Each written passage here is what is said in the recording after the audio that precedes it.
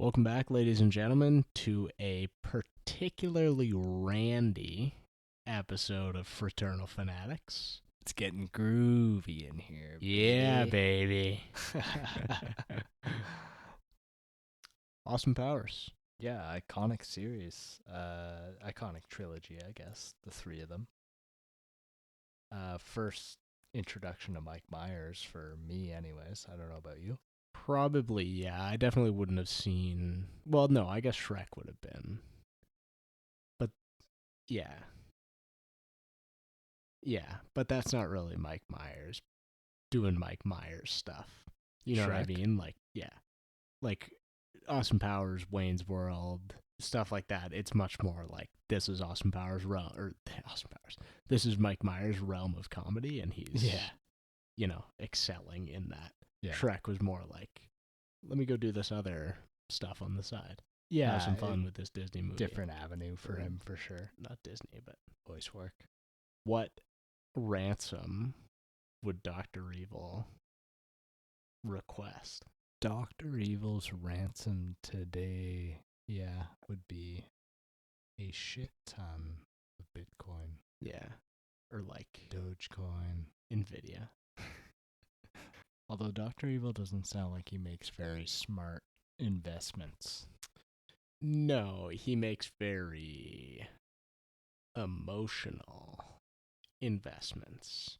Sharks with frickin' laser beams strapped to their heads. Oh, man. Very, very emotionally driven. Yeah. Pleasure. Something that he's dreamed up probably for years. Can't wait to get my hands on those frickin' sharks with frickin' laser beams. Yeah, it's not, he's not dreaming of fucking sea bass. He's dreaming of sharks. No, it's gotta be sharks. Gotta be sharks. It's gotta be frickin' sharks. Frickin' sharks. Frickin' laser beams. Frickin' laser beams. On their frickin' heads. Yeah, he's got an affinity for sea animals for sure. Sharks specifically. He likes his heavy machinery, I guess. Rockets, drills, Dr. Evil, submarines. Go big or go home type of guy. Submarines, yeah, exactly. That's true. Shaped like himself. Yeah, submarines shaped like himself and aircraft shaped like Big Boy. Big Boy or more sexual objects. Sure, yes. The, dare I say, cock rocket? You dare say. Cock rocket is a great way of putting it, actually. Obviously an iconic movie. There's characters and quotes and moments that we say back to each other, regularly. So before we get into too many botched impressions and references, let's take a look at some of the characters and their iconic performances, both the ones from Mike Myers and not. So if you had to pick one, just off the top of your head, who's your favorite character in the Austin Powers franchise? All time, all three movies, any character, take your pick. Characters played by Mike Myers? No. Just any character. Characters in general. I guess you could give me your favorite Mike Myers character as well, if you like. Sure. But yeah, I'm just thinking characters. Okay. Period. I'm a big fan of Scott. Dr. Evil's son. Scotty! Scotty knows! Scotty knows!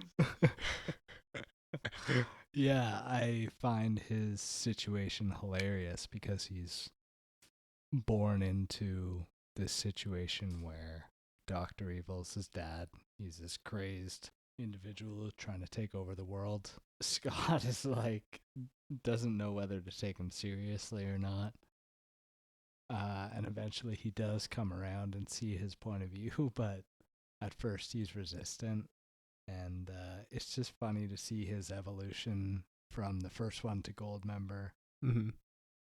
And then he's basically like taking his spot at the end too, right? So in some way, Doctor Evil rubbed off on him after all. Yeah. At the beginning of the first one, Scott is not an evil person, doesn't really have ill intent. He's just a guy, just a kid, really. And then by the end of it, they've all figured, like Dr. Evil's figured out, it's not worth being evil. There's other ways to go about it. And Scott's gone fully the other direction, complete 180. Now he's taken over taken over the family business. Yeah, it's almost like there's a gap that needs to be filled once Dr. Evil finds out his true family heritage and that he's brothers with Austin. He's like, yeah, okay, I'll try the good side out for a try here, and Scott's just there to, fill that void. Yeah. Yeah, that's for sure. He comes through for Dr. Evil, too, with the sharks. He does come through. Nobody else can get him the sharks. Even number 2 can't get him the sharks. Even Molly number 3 can't get him the sharks. Only Scott. I don't know who his source is, but Scotty knows. Scotty does know. And only Scotty knows. Okay, well that's a good pick. Yeah, I think I'd have to go Scott in terms of a Mike Myers played character. I'd probably have to go Fat Bastard. Yeah, that's a good pick. I like me some Fat Bastard. Get in my belly. Get right in there. Those baby back ribs. I want my baby back, baby back, baby back. I want my baby back, baby back, baby back. I want my baby back, baby back, baby back. I want my baby back, baby back, baby back. Chili's baby back ribs. Probably gonna cut that. No, you're not. Well, that's a free ad right there, I guess. True, yeah. Chili's. Might not want. Even though I don't think we have Chili's in Canada, so. But yeah, Fat Bastard is probably my favorite. He's just iconic quotes, memorable moments, for sure. The sumo wrestling is hilarious. The leaving a turtleneck. I've got a turtle. No, I can't. You got a better Fat Bastard than I do. Turtle poking out. Yeah, that was I'm good. trying to go on a diet, but it's not working. My titties are too big. Look at my sexy. Find me sexy, baby. Look at my sexy body. Oh, God. Yeah, no. Fat Bastard. I got a kick out of Fat Bastard for sure. He's a bastard. And he's fat. He is certainly both of those, and fat indeed. He weighs what? A metric ton? Did Dr. Evil say that? Yeah, he literally weighs a metric ton. Yeah, I think like the Ministry of Defense briefing form or something is like he weighs a metric ton. Right. But right. we need to understand relative to his mass what other types of creatures or objects weigh close to his amount. Yeah, what else is actually 1,000 kilograms? All right, I'll just look up what weighs a metric ton.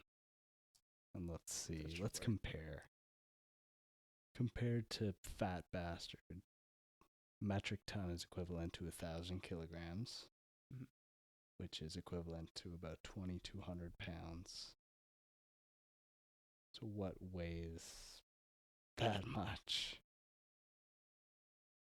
So, Fat Bastard. Picture Fat Bastard comes up. That's good.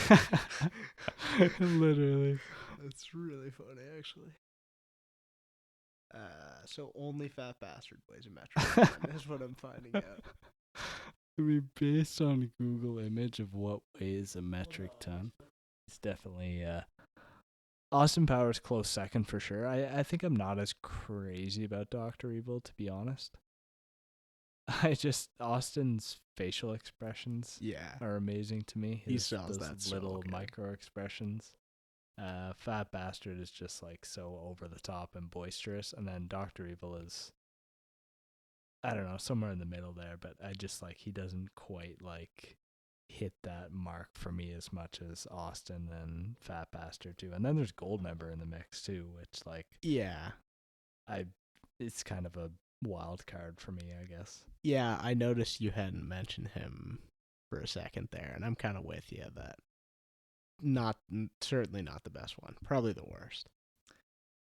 Yeah, I'd say probably the worst. I mean, the littlest screen time Yeah, too, right? Like he didn't really have a chance to. At least Fat Bastard was at least there for 2 movies, Yeah. right? but it does kind of Goldmember does just kind of feel like Fat Bastard watered down or something, or Fat Bastard like they were is the What do you mean? same kind of feel as Fat Bastard. Maybe just because the accents, Just like a different accent. just yeah, Dutch instead of Scottish. yeah. But they're like Mike Myers' delivery of those accents are pretty similar, and Yeah, I mean, don't I know. guess he had his own unique take. The skin thing was weird with Goldmember. Yeah, it was disgusting. That was like actually made me. I won't say made me sick, but close anyway. Yeah, no, that was a weird addition, but It didn't seem to add anything. Like it was just a strange thing that they decided to do. it probably was like something that helped Mike Myers get into that character specifically. Getting Like the just that mind mindset of of yeah, through just eating skin. this crazy guy who does the splits on the dance floor with his Dutch roller skates and gold toity woities. Toy like a toiger. Well, yeah, maybe he ought to put that in the skin bin instead. We can't mention the characters in Austin Powers without mentioning Mini Me, because Mini Me is just an absolute staple of this franchise. It was amazing to me watching back through the first one, or more so watching the second one and realizing that Mini Me is introduced in that movie, and then coming to the realization that like, oh shit, Mini Me isn't in the first Austin Powers. You thought he'd been there the whole time. Yeah, because he's such like a recognizable part of the Iconic for the franchise. series, yeah. Yeah. Yeah, Mini Me's amazing. I mean, his introduction is awesome to Austin too. Yeah.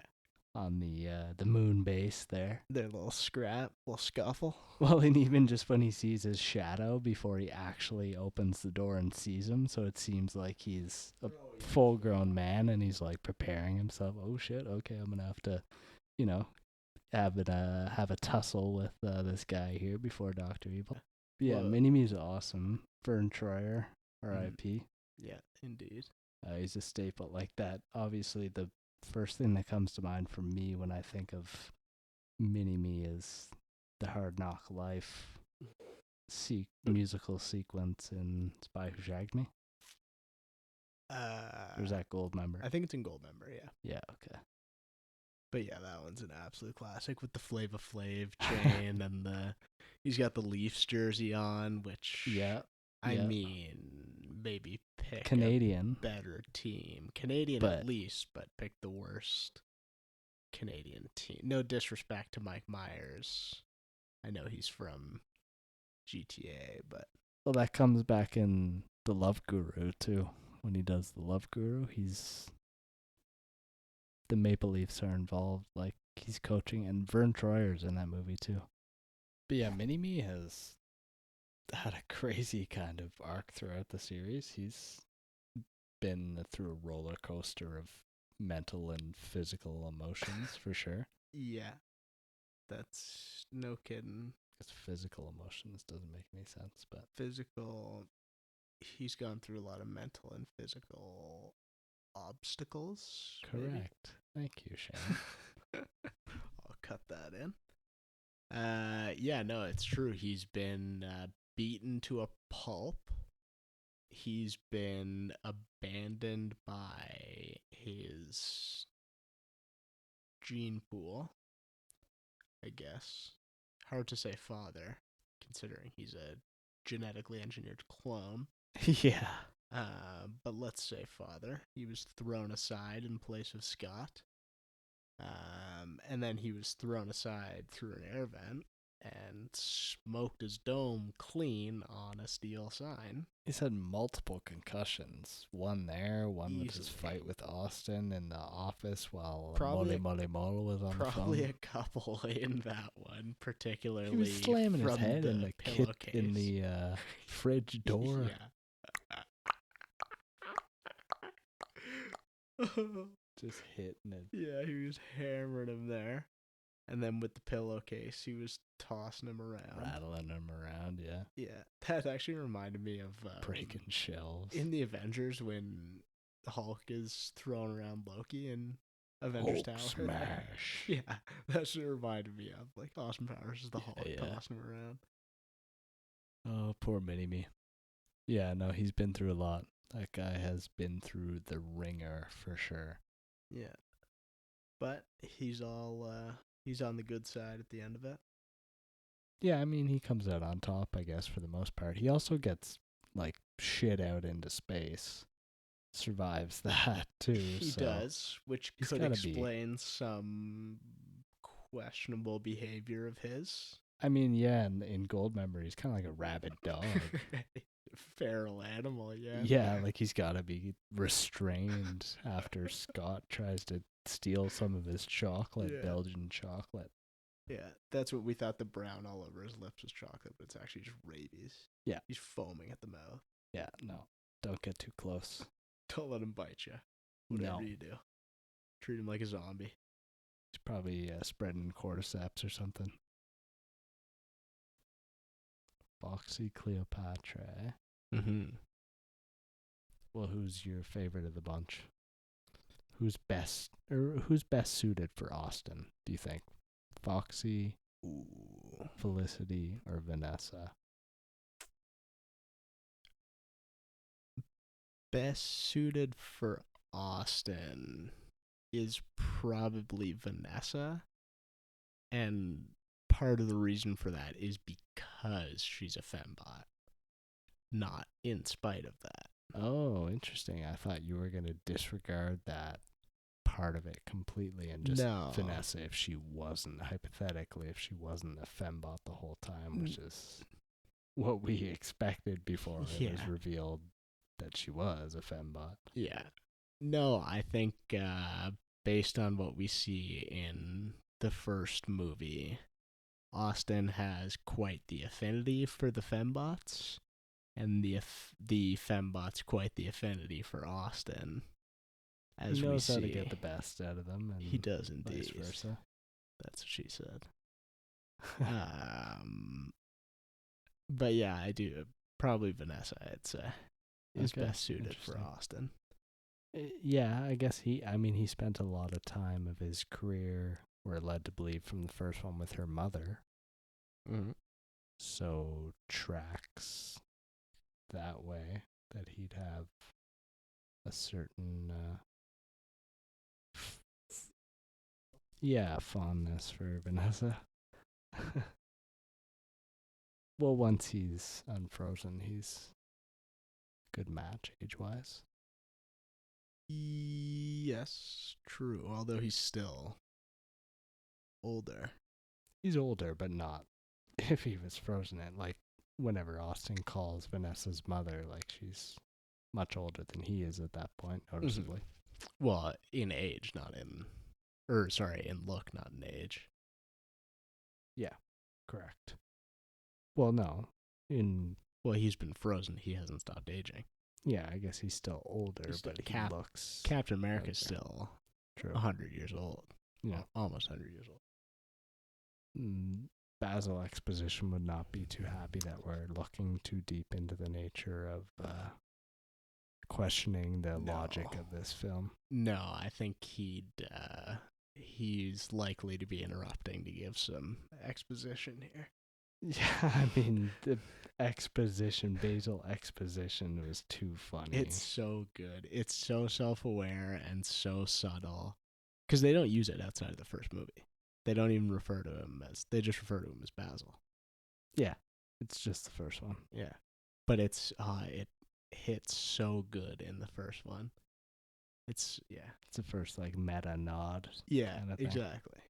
Yeah, what are some other memorable characters for you besides Austin, Fat Bastard, Dr. Evil, Mm-hmm. Scotty? Scotty knows. Well, Mustafa he's always got to stand out. Will Ferrell rocking the fez. I mean, it's just a classic look. Great look. He almost unrecognizable in the first movie. It is in weird. He's got like the eyeliner on, and Yeah. yeah, it's Before strange. he gets dumped into the fire below. Mm-hmm. Burnt very badly, but not enough to kill. For a very long time, too. Mm-hmm. Spent a lot of time screaming about it. Torturous screams, yeah. Get that guy some help. Jesus. Yeah, they did get him some help. Wasn't too helpful for him, unfortunately. He took a lot of shots after that, too. You shot me in the leg! Why would you shoot me in the leg? Anyway, yeah, Mustafa's a classic. And his cronies, too, like number 2 and what's her name there? The German Frau woman. Is that what it is? I think so, yeah. Scott's mother. Yeah, he's got a band of misfits there with him, Dr. Evil. Mm-hmm. Along with his band of misfits, there's his female operatives, notably a lot of vagina, and Robin Swallows. Oh yeah, Robin Swallows. She was the girl that was trying to get in between Austin and Felicity in the dance sequence there. Yeah. That didn't work out too well. And there's Ivana Oh, Humpalot. yeah, Ivana Humpalot. That was the other one I was thinking of, yeah. Oh, God. Yeah, no, there's some great... I have to imagine it was Mike Myers coming up with most of those names, and he's good at that. Yeah, he's got a clever mind for sure, and maybe a sick mind, some would say. Maybe. A lot of the crude humor. Maybe so, yeah. Jokes about some risque things for sure.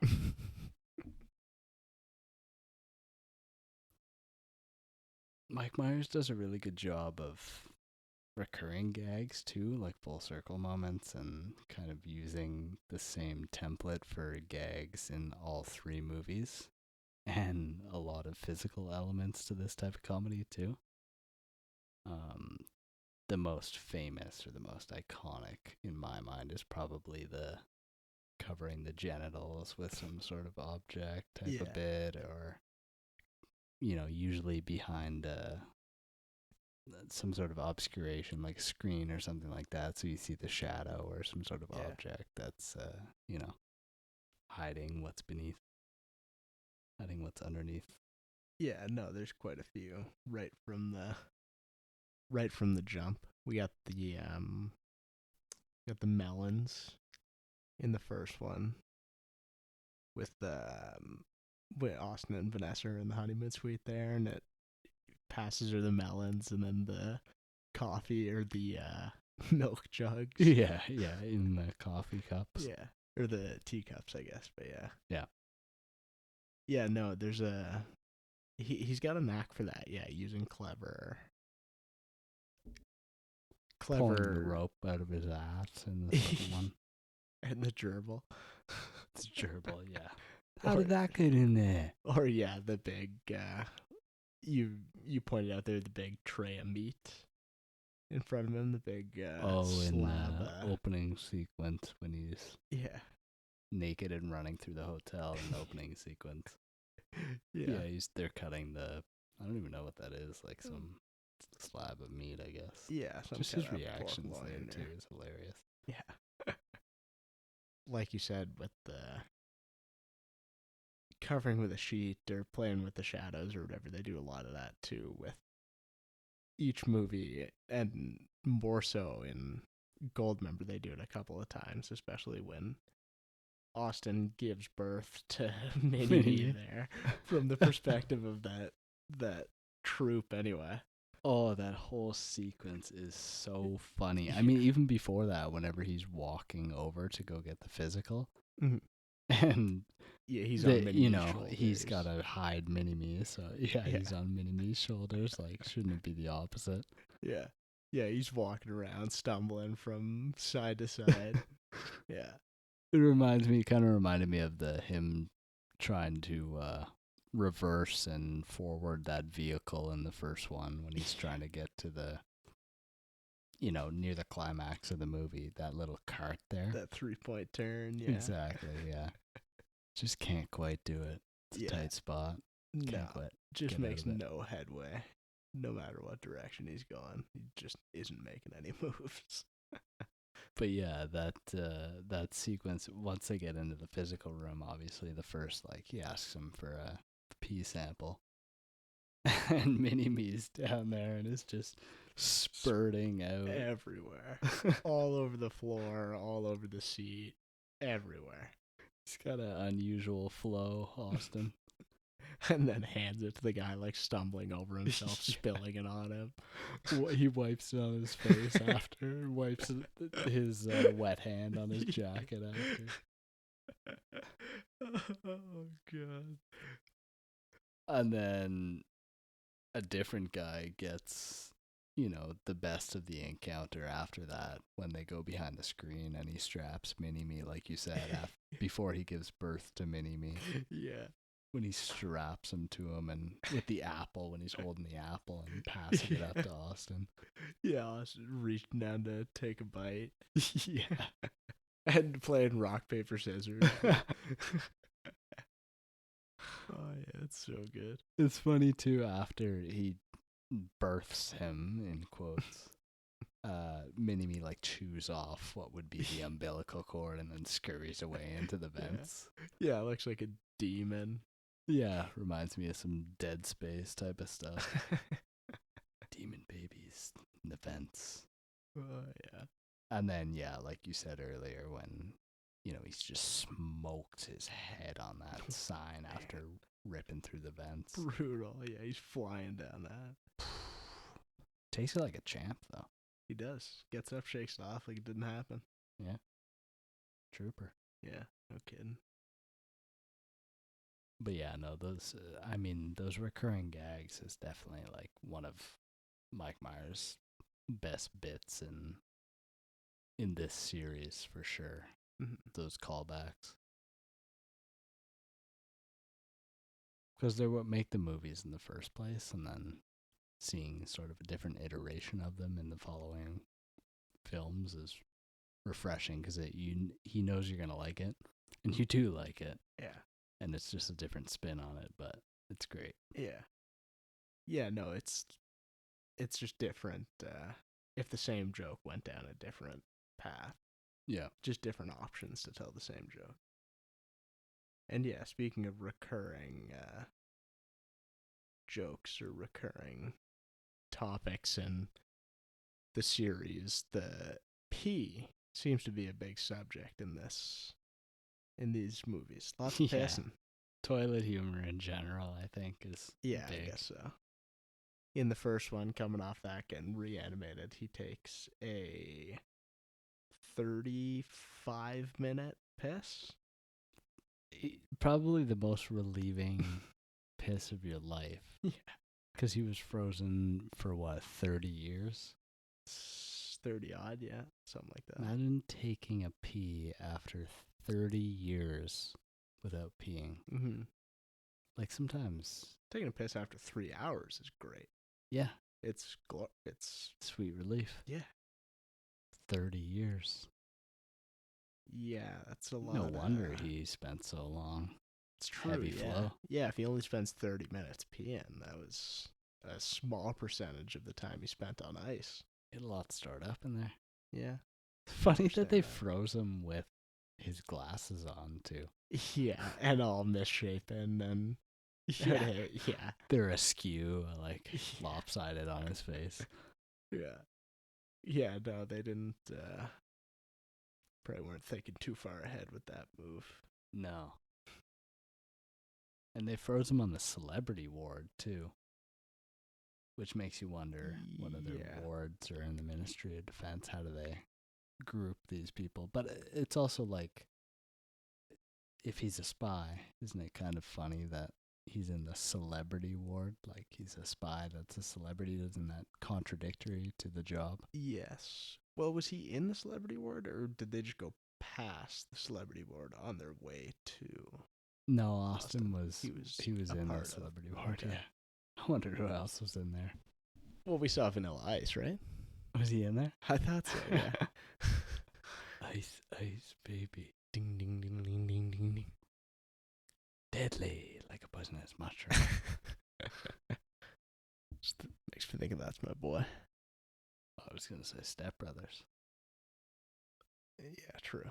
That could. Yeah. That Derek's performance. Brennan That's has my a boy. mangina. Brennan has a mangina. But I don't remember it, and that's my boy. Well, Vanilla Ice is like he's a character in. Oh, That's my sorry. boy. But yeah, he also pees with. Obviously, we mentioned the one with Mini Me there.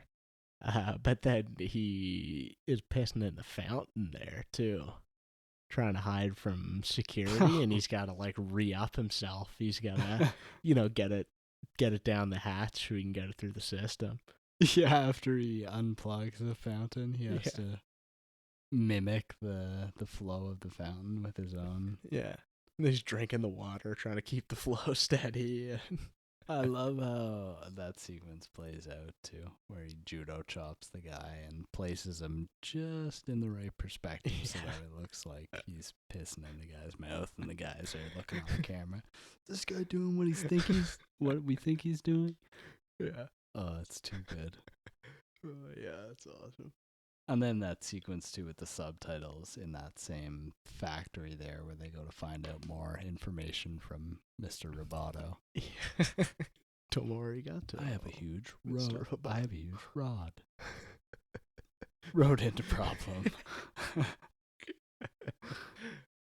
Not sure how that's relevant, but Why don't we just speak English? Well, him before the time machine in the Volkswagen Beetle just backing up. putting it in reverse and then flying forward. Yeah. Put it in reverse, Terry. Terry, put it in reverse. Austin just has no clue how to drive. Guy is an absolute liability behind the wheel. Nobody should have given this guy a license. Thankfully, he's not really driving on the roads. He's just driving through space and time to travel through it. Yeah, except when he's crashing into computers and desks and people. A lot of expensive equipment destroyed because of Austin. Yeah, no kidding. Austin should not have a license, I don't think, based on his track record. No. Look at my sexy body.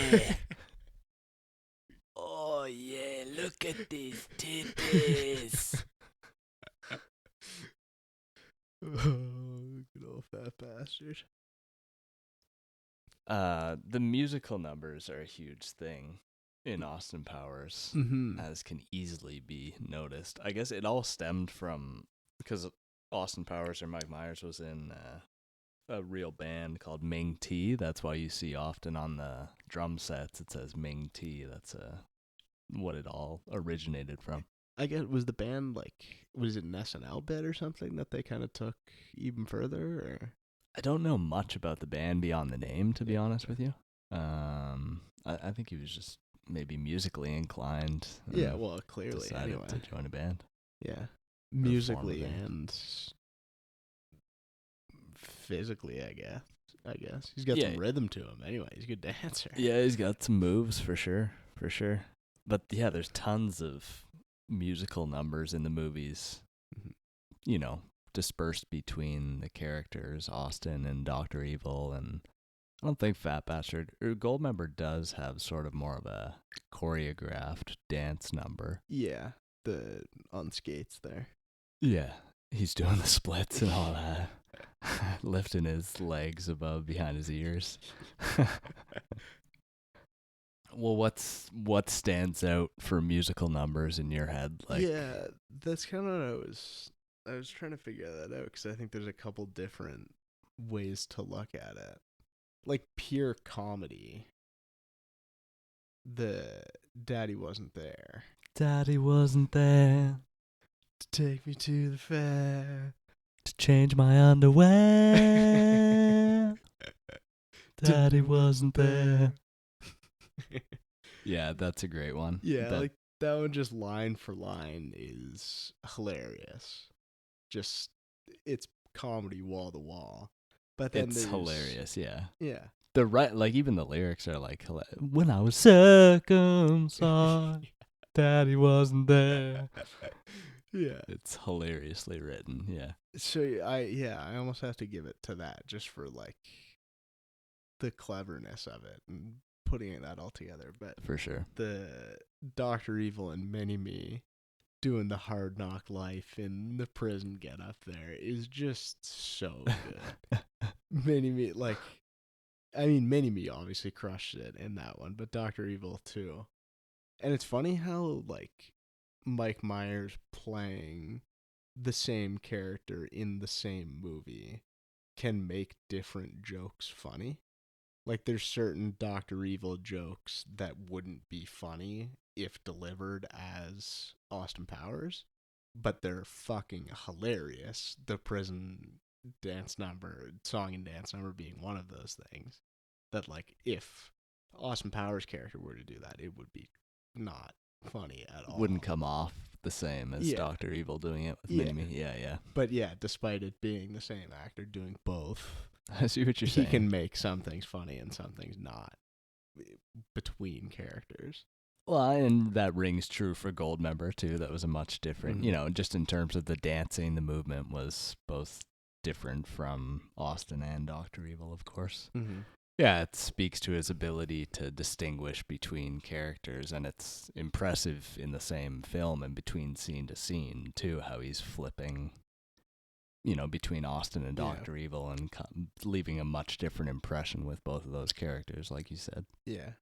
Yeah, he commits so far into the character or something that it's not that you forget it's Mike Myers doing both, but there's like a disassociation between Mike Myers as Austin Powers and Mike Myers as Dr. Evil. Yeah. Brings something unique to each of those characters. Mm-hmm. Yeah. Well, yeah, okay, so you would put the prison I think that's at the top of your list? I think that's my favorite. Okay. And then pure comedy. The Daddy wasn't there. Yeah. Yeah, my list is probably similar. Like, what else was there? There was the Britney Spears bit, too, was funny. At Britney bitch. When he pops up with that little headpiece that looks like Britney's pigtails and the bow in her hair. And just his facial expressions during that sequence are hilarious when they're slapping each other and he's turning the other cheek. It's too funny. But that's just kind of like more of a brief one. It's part of a larger sequence, I guess, in that one.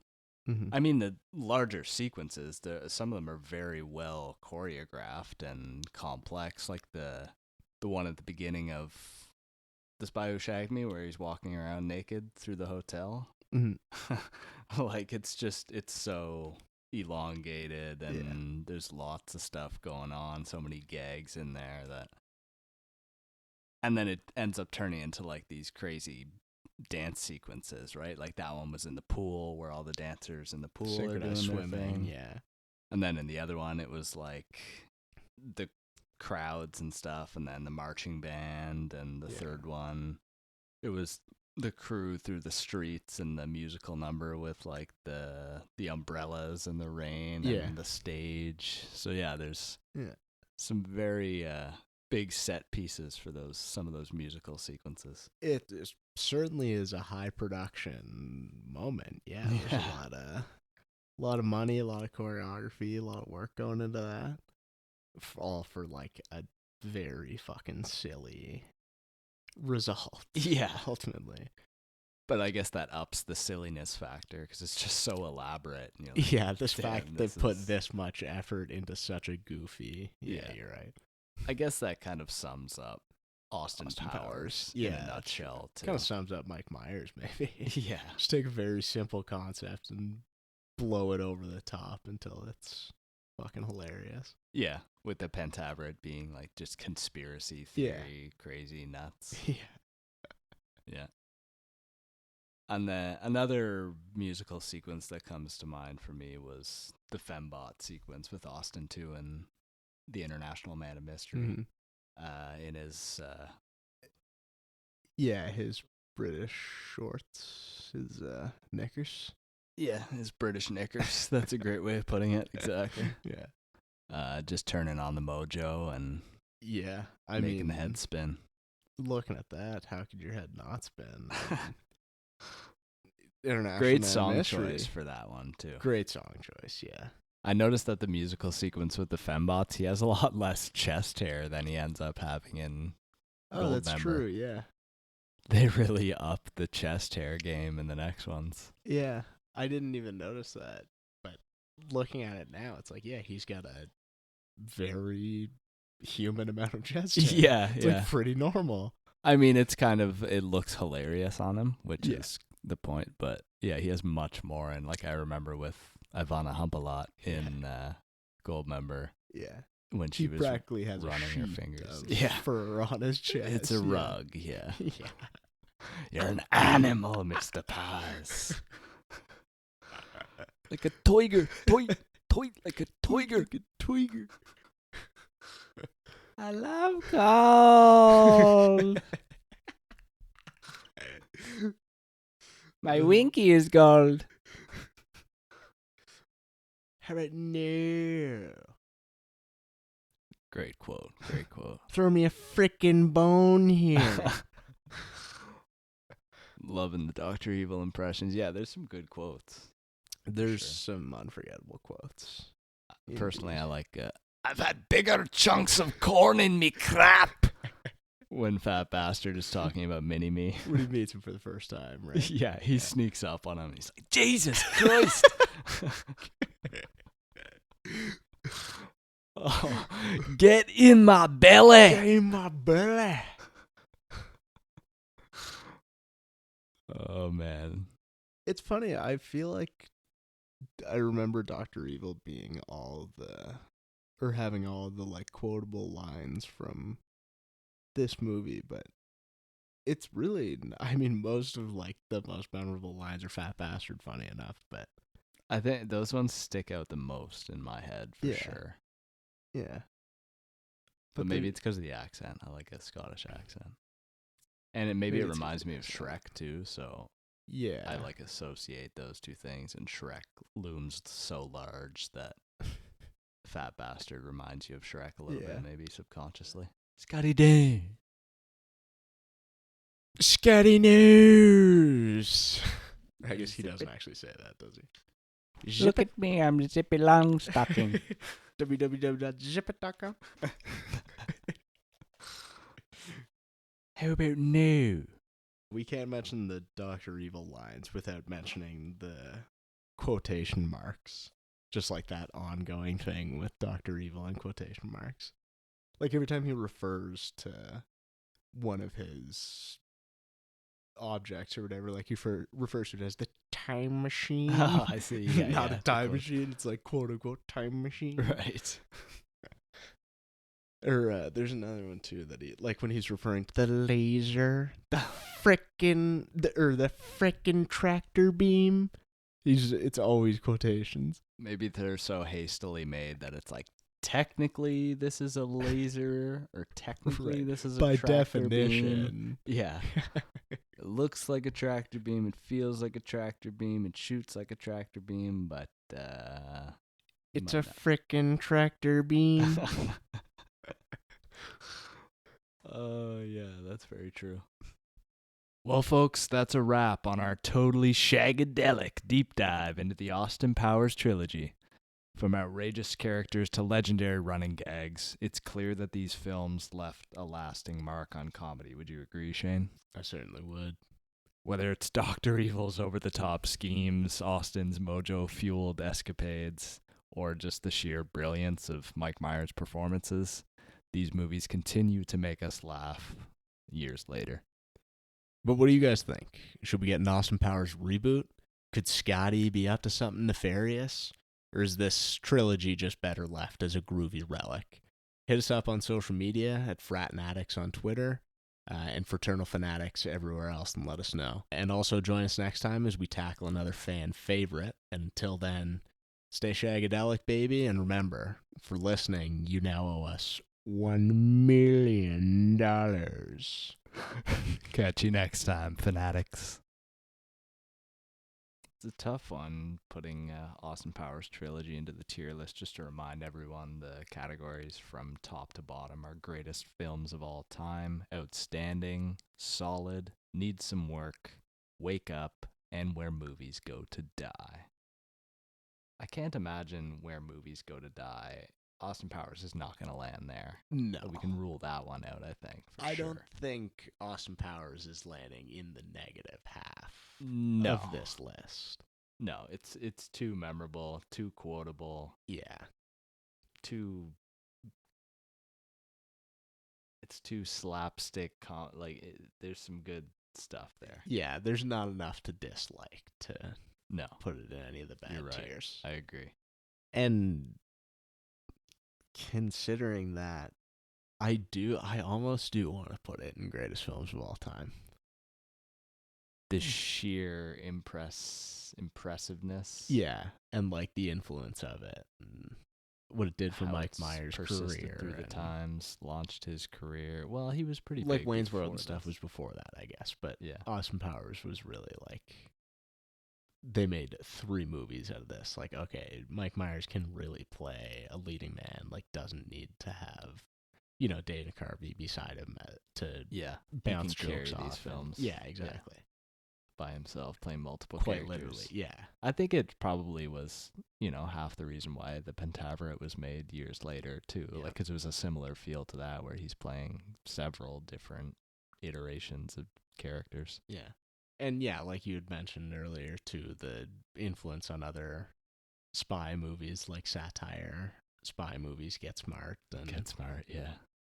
I honestly think that looking at the trilogy as Very a whole, influential. I'm thinking greatest film of all time. Wow. I do think it'll be at the bottom of that section. Like, as we add more movies to it, they're probably going to be on top of Austin Powers.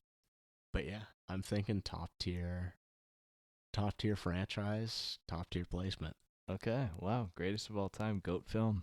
Austin Powers. I agree with your points for sure. I'm not sure I'd put it in greatest of all time. Like, there is a lot of detail put into not only the recurring gags and jokes, but like we mentioned, the musical numbers. Like, there's a lot of variety in these movies, and then the whole speaking to the audience, more meta bits as well, is always welcomed. To make you as the viewer feel more kind of involved in the movie. Yeah, appreciate it almost. It's like, okay, you did have the courtesy to think of what I was thinking or what I was expecting. Yeah. And they're easy viewing too. Like, you can just sit back, watch and enjoy, have some laughs, quotable lines. So yeah, I'd put it up there. It'd be positive, but I think I'm trending more towards outstanding. I wouldn't quite put it in greatest of all time, just because there's, like, in terms of plot and clever filmmaking and stuff, I wouldn't say there's a whole lot there. Like I said, it's just like a feel good, like, fun trilogy with some great jokes in it. But I'm not sure I'd put it in greatest of all time. I think I'd put it in outstanding. Okay. Well, I think we have a place to meet in the middle there. I think we're outstanding above Harry Potter. Outstanding above Harry Potter and the Philosopher's Stone. Yeah. The trilogy as a whole. Yeah, looking at the whole thing, not one of the movies. Yeah, I would say that's a fair spot for it, yeah. Well, there you have it, folks. Austin Powers in outstanding, top of outstanding. Another one in the books.